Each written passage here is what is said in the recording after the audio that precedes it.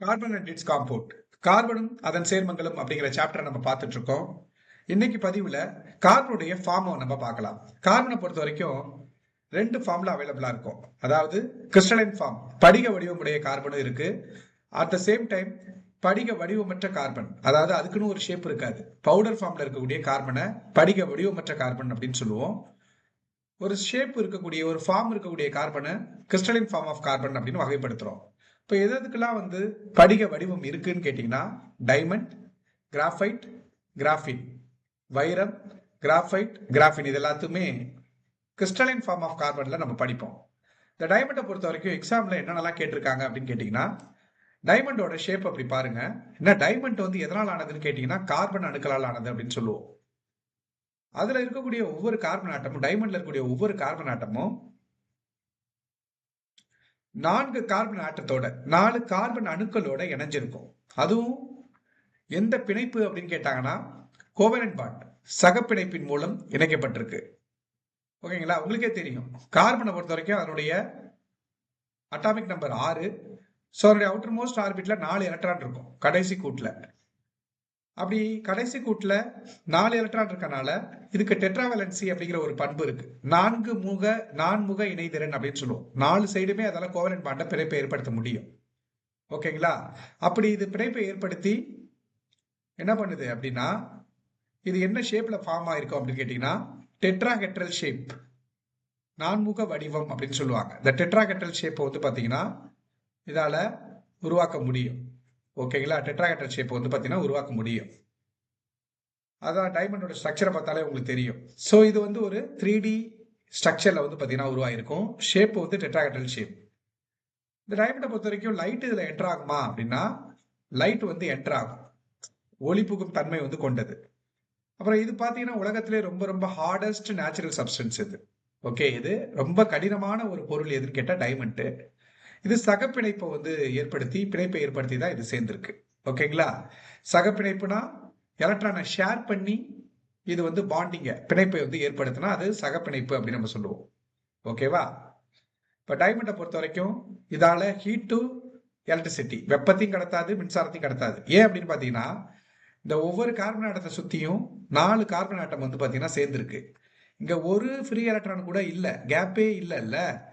ஒரு கார்பனோட இடைத்திறன் 4 சைடுமே அது கார்பன் கூட சேர்ந்திருக்கு. கார்பன் கூட சேர்ந்து இப்படி டைமண்டை உருவாக்கி இருக்கு. இப்போ ஒண்ணுமே ஃப்ரீ எலக்ட்ரான் இல்லாதனால இதால மின்சாரத்தையோ இல்ல ஹீட்டையோ கடத்த முடியாது. டைமண்டை பொறுத்த வரைக்கும் இது எல்லாமே கொஷின். ஓகேங்களா? டெட்ராஹெட்ரல் ஷேப்ல இது அரேஞ்ச்மெண்ட் ஆயிருக்கு. அதாவது ஒவ்வொரு கார்பன் ஆட்டமும் ஒரு கார்பன் ஆட்டம் பாத்தீங்கன்னா 4 கார்பன் ஆட்டத்தோட சகப்பிணைப்பின் மூலம் இணைஞ்சிருக்கு. டெட்ராஹெட்ரல் ஷேப் 3D ஸ்ட்ரக்சர்ல இருக்கு. ஒளி புகுமா அப்படின்னா ஒளி புகும். அதே மாதிரி ஹார்டஸ்ட் சப்ஸ்டன்ஸ் சகப்பிணைப்பு மூலமா இணைஞ்சிருக்கு. அடுத்து கிராஃபைட்டை பாத்தீங்கன்னா கிராஃபைட்ல ஒவ்வொரு கார்பன் ஆட்டமும் 3 கார்பன் ஆட்டத்தோட, அதாவது 3 பிணைப்புகளை ஏற்படுத்தியிருக்கோம். 3 பாண்டிங் ஏற்படுத்தியிருக்கோம். இப்போ ஒரு சைடு பாத்தீங்கன்னா அவுட்டர் மோஸ்ட் ஆர்பிட் கார்பன்ல 4 தானே. இப்போ 3 சைடு அது பிணைப்பை ஏற்படுத்துது. ஒரு சைடு ஃப்ரீ எலக்ட்ரான் இருக்கு. அதனால இது கிராஃபைட் பாத்தீங்கன்னா கரண்ட்டை நல்லாவே கடத்தும். ஓகே, ஃப்ரீ எலக்ட்ரான் இருந்தா தானே கரண்டே ஓடும்.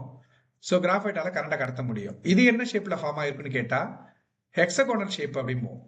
கிராஃபைட் எப்படி அரேஞ்ச் ஆயிருக்குன்னா கிராஃபைட்ல இருக்கக்கூடிய கார்பன் ஹெக்ஸகோனல் ஷேப்னா தமிழ்ல அருங்கோண வடிவம் அப்படின்னு சொல்லுவோம். அருங்கோண வடிவத்துல இது அரேஞ்ச் ஆயிருக்கு. ஓகேங்களா? அருங்கோண வடிவம். அது கோவலன்ட் பாண்ட் அப்படின்னு சொன்னோம். கோவலன்ட் பிணைப்பு, சகப்பிணைப்பு. இது என்னன்னு கேட்டீங்கன்னா வேண்டர்வால் விசையின் மூலம் இணைக்கப்பட்டிருக்கும். இதுல இந்த கார்பன் ஆட்டம்லாம் என்ன ஃபோர்ஸ்ல அது பைண்ட் ஆயிருக்கு, பாண்டிங் ஆயிருக்கு அப்படின்னா வேண்டர்வால் ஃபோர்ஸ் அப்படின்னு சொல்லுவோம். இந்த கிராஃபைட்டுக்குள்ள லைட் என்டர் ஆக முடியுமானா லைட் cannot என்டர், அதாவது ஒளி புகாது. ஓகேங்களா? அதே மாதிரி இது ஹீட்டையும் எலக்ட்ரிசிட்டியும் இதால கண்டக்ட் பண்ண முடியும். கிராஃபைட். வைரம் ஹீட்டையும் எலக்ட்ரிசிட்டியும் கண்டக்ட் பண்ணாது. காரணம் அதுல ஃப்ரீ எலக்ட்ரானே இல்ல. கிராஃபைட்ல ஒரு ஃப்ரீ எலக்ட்ரான் இருக்கிறதுனால இதால ஹீட் அண்ட் எலக்ட்ரிசிட்டி இதாகும். இது ஹெக்ஸகோனல் ஷேப், வேண்டர்வால் ஃபோர்ஸ். ஓகேங்களா? அடுத்து கிராஃபினை பொறுத்த வரைக்கும் இது இப்ப கார்பனுடைய ஒரு அலோட்ரோஃப், அதாவது கார்பனுடைய ஒரு புறவேற்றுமை. புறவேற்றுமைனா உங்களுக்கு தெரியும்ல, சேம் எலிமெண்ட் தான், ஆனா அது ஒவ்வொன்றும் பாக்குறதுக்கு ஒரு மாதிரி இருக்கும். இது எல்லாமே நம்ம பாக்குறது கூட கார்பனுடைய அலோட்ரோஃப் அப்படின்னு சொல்லலாம். டைமண்ட், கிராஃபைட், கிராஃபின், நிலக்கரி, இது எல்லாமே பார்க்கறதுக்கு வெவ்வேறா இருக்கும். ஆனா அதுல கார்பன் மட்டும்தான் இருக்கும். கார்பன் தான் மெயினா இருக்கும். ஸோ அதெல்லாமே அலோட்ரோஃப் அப்படின்னு சொல்லுவோம். ஸோ கிராஃபின் வந்து பார்த்தீங்கன்னா புதுசாக கண்டுபிடிக்கப்பட்ட ஒரு அலோட்ரோஃப். இது மாதிரி இதுல ரொம்ப ரொம்ப ஸ்பெஷல் திங்ஸ் நிறையவே இருக்கு. வேர்ல்டுலயே ரொம்ப ரொம்ப லோ திக்னஸ் காம்பவுண்ட் இதுதான். அதாவது தடிமன் குறைவான சேர்மம் வந்து கிராஃபின் தான். தடிமன் குறைவான சேர்மம். இதனுடைய தடிமன் எவ்வளவு தெரியுமா இருக்கும்? ஒரே ஒரு ஆட்டம், ஒரு அணு அளவு தான் இருக்கும். இதனுடைய திக்னஸ் ஒரு ஆட்டம் சைஸ் தான் இருக்கும். ஆட்டம் சைஸ்னா மைக்ரோஸ்கோப்ல பார்த்தாலும் ஒரு அணு வந்து எவ்வளவு பெருசுல இருக்குன்னு தெரியாது. அந்த அளவுக்கு ரொம்ப சின்னது பார்த்துங்க. அப்பனா ரொம்ப ரொம்ப லோ திக்னஸ் காம்பவுண்ட் வேர்ல்டுலே அப்படின்னா கிராஃபின் தான். அப்புறம் வேர்ல்டுலே லைட்டஸ்ட் காம்பவுண்ட் வந்து இதுதான். உலகத்திலேயே ரொம்ப ரொம்ப லேசான ஒரு சேர்மம் வந்து இதுதான். லேசான சேர்மம்னா ஒரு சதுர அடியில 1 ஸ்கொயர் ஃபீட்ல 0.77 மில்லிகிராம். ஒரு சதுர அடியில இது எல்லாத்தையுமே வந்து கிராஃபினை வந்து நம்ம அடுக்கிறோம் அப்படின்னா அதோடைய ஒட்டுமொத்த எடையும் 0.77 மில்லிகிராம். அதாவது ஒரு மில்லிகிராம் கூட கிடையில இல்ல அப்படின்னா பாத்துங்க. வேர்ல்டுலே லைட்டஸ்ட் ஒரு காம்பவுண்ட், மிக லேசான ஒரு சேர்மம் வந்து இதுதான். அதே சேம் டைம் வேர்ல்டுலே ரொம்ப ரொம்ப ஸ்ட்ராங்கஸ்ட் காம்பவுண்ட் இதுதான். ஸ்ட்ராங்கஸ்ட் காம்பவுண்ட் இதுதான். வலிமையான சேர்மமும் இதுதான். எவ்வளவு வலிமை அப்படின்னு கேட்டீங்கன்னா, இரும்பு இருக்குல்ல, அந்த இரும்பை காட்டிலும் ஃபெரஸ் அயனை காட்டிலும் 100ல இருந்து 300 மடங்கு வந்து பாத்தீங்கன்னா ஸ்ட்ராங். இரும்பை விட 100ல இருந்து 300 மடங்கு வந்து ரொம்ப ரொம்ப வலிமையானது. ஓகேவா? எது? இந்த கிராஃபின். இந்த கிராஃபினை பொறுத்த வரைக்கும் ஹீட்டை கடத்துமா அப்படின்னு கேட்டா, good conductor of heat at room temperature. அறை வெப்பநிலையில இந்த நார்மல் டெம்பரேச்சர் இருக்கு இல்லையா, நம்ம வீட்டுல இருக்கிற மாதிரி, அதுல இது வந்து ஹீட்டை கடத்தும் கிராஃபின். ரைட்? ரூம் டெம்பரேச்சர்ல ஹீட்டை வந்து கடத்தும்.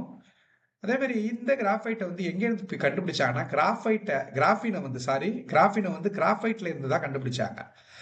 ஓகே, கிராஃபைட்ல இருந்து ஒரு கிராஃபைட் இருக்கு அப்படின்னா அதுல ஒரு லேயரை வந்து செலோடாப்பை வச்சு ஒட்டி எடுத்து இதை உருவாக்குனது தான் இந்த கிராஃபின். செலோடாப் வச்சு ஒட்டி அதை ஒரு லேயர் மட்டும் எடுத்து பிரிச்சு எடுத்தாங்க. அப்ப கிராஃபைட்ல இருந்தானே கிராஃபின் வந்தது. அப்ப கிராஃபினை நம்ம கிராஃபின்ல இருந்து கிராஃபைட்டை உருவாக்க முடியுமா அப்படிங்கிற ஆராய்ச்சி போனுச்சு, ரிசர்ச். இப்ப என்ன பண்ணாங்கன்னா, இந்த கிராஃபின் இருக்குல்ல, இந்த கிராஃபினை வந்து 0.335 நேனோமீட்டர் இடைவெளியில நம்ம அடுக்கணும் அப்படின்னா நம்மளுக்கு கிராஃபைட் கிடைக்கும் அப்படிங்கிற விஷயத்த வந்து கண்டுபிடிச்சாங்க. கிராஃபைட்ல இருந்து தான் கிராஃபினே கண்டுபிடிச்சாங்க. அப்போ கிராஃபைட்ல தானே கிராஃபின் வந்தது. அப்போ கிராஃபினை நம்ம திருப்பி அரேஞ்ச் பண்ணோம்னா கிராஃபைட் உருவாக்க முடியுமா அப்படின்னா கண்டிப்பா உருவாக்க முடியும்னு ப்ரூவ் பண்ணாங்க. ஆனா எவ்வளவு கேப்ல அப்படின்னா 0.335 நேனோமீட்டர் இடைவெளியில கிராஃபினை நம்ம அடுக்கணும், அரேஞ்ச் பண்ணோம் அப்படின்னா we will get graphite. இது எல்லாமே நல்லா ஞாபகம் வச்சுங்க. இந்த டயமண்ட், கிராஃபைட், கிராஃபின் இது எல்லாமே கிறிஸ்டலைன் ஃபார்ம் ஆஃப் கார்பன். ஓகேங்களா? அமர்ஃபஸ் ஃபார்ம் எது எதுன்னு கேட்டா நிலக்கரி, அதாவது பவுடர் ஃபார்ம்ல இருக்கிறது தான் அமர்ஃபஸ் ஃபார்ம் அப்படிம்பாங்க. பவுடர் நிலக்கரி, அடுத்து கோக்குனா கல்கரி, லேம்ப் பிளாக் இது உங்களுக்கே தெரியும். விளக்கு எரியும் போது மேல வந்து அந்த புகை போய் பட்டு அந்த இடமே கருப்பா படி இல்லை, அதுதான் லேம்ப் பிளாக் அப்படிம்பாங்க. அப்புறம் கேசியஸ் ஃபார்ம்ல இருக்கக்கூடிய கார்பன் எல்லாமே powder form of amorphous form of carbon. இப்போ டைமண்ட், கிராஃபைட், கிராஃபின் இது எல்லாமே கிறிஸ்டலைன் ஃபார்ம் ஆஃப் கார்பன். அடுத்த வீடியோல என்ன பார்க்கலாம் அப்படின்னு கேட்டீங்கன்னா, இந்த கார்பனுடைய இயற்பியல் பண்பு அது எப்படி இருக்கும், உலோகமா அலோகமா, அது எப்படி இருக்கும் அப்படின்னு பார்ப்போம். அடுத்து கார்பனுடைய கெமிக்கல் ப்ராப்பர்ட்டிஸ், அது ஆக்சிஜன் கூட சேர்ந்தா என்ன ஆகும், நீராவி கூட வாட்டர் வேப்பர் கூட சேர்ந்தா என்ன ஆகும், சல்ஃபர் கூட ரியாக்ட் பண்ணா என்ன ஆகும், மெட்டல் கூட ரியாக்ட் பண்ணா என்ன ஆகும் அப்படின்னு சொல்லிட்டு அடுத்த வீடியோல நம்ம பார்க்கலாம். ரொம்ப சிம்பிள் தான், இது ரொம்ப முக்கியம். இந்த இடம் மட்டும் நிறைய கேள்விகள் வந்து இந்த இடத்துல இருந்து கேட்டிருக்காங்க. கரெக்டா ஞாபகம் வச்சுக்கோங்க.